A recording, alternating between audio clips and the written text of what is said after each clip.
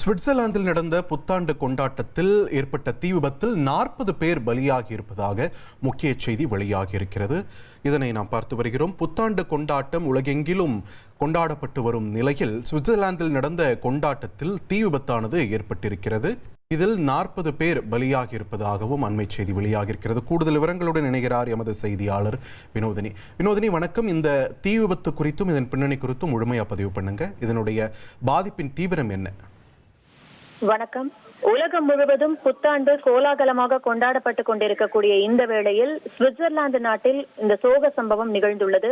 Crohn's மோன்டானா நகரில் அமைந்துள்ள ஒரு பாரில் புத்தாண்டு கொண்டாட்டத்தின் போது ஏற்பட்ட தீ விபத்தில் குறைந்தபட்சம் 40 பேர் வரை உயிரிழந்துள்ளனர். மேலும் கிட்டத்தட்ட 100 பேர் படுகாயமடைந்து மருத்துவமனைகளில் அனுமதிக்கப்பட்டுள்ளனர்.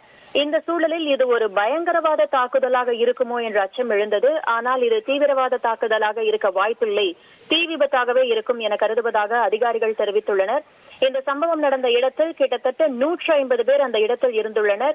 இசை நிகழ்ச்சி நடந்து கொண்டிருந்த போது புத்தாண்டை கொண்டாடும் விதமாக பட்டாசுகள் வெடிக்கப்பட்ட நிலையில் அதனால் கூட விபத்து நிகழ்ந்திருக்கலாம் என சுவிட்சர்லாந்து ஊடகங்கள் யூகிக்கின்றன. கிரான்ஸ் மோன்டானா நகரில் உள்ள மருத்துவமனைகள் தீக்காயமடைந்தவர்களால் நிரம்பி வழிகின்றன. சம்பவத்தை தொடர்ந்து பாரிலிருந்து மிகப்பெரிய அளவில் புகை வெளியேறி தீப்பற்றி எரியும் காட்சிகள் இணையத்தில் பரவி வருகின்றன. பாதிக்கப்பட்டவர்களை அடையாளம் காணவும் அவர்களின் உடல்கள் விரைவில் அவர்களது குடும்பத்தினரிடம் ஒப்படைக்கப்படுவதை உறுதி செய்யவும் நடவடிக்கைகள் மேற்கொள்ளப்பட்டு வருகின்றன. நன்றி வினோதினி, உங்கள் விரிவான தகவல்களுக்கு. இனி செல்லும் இடமெல்லாம் செய்தி.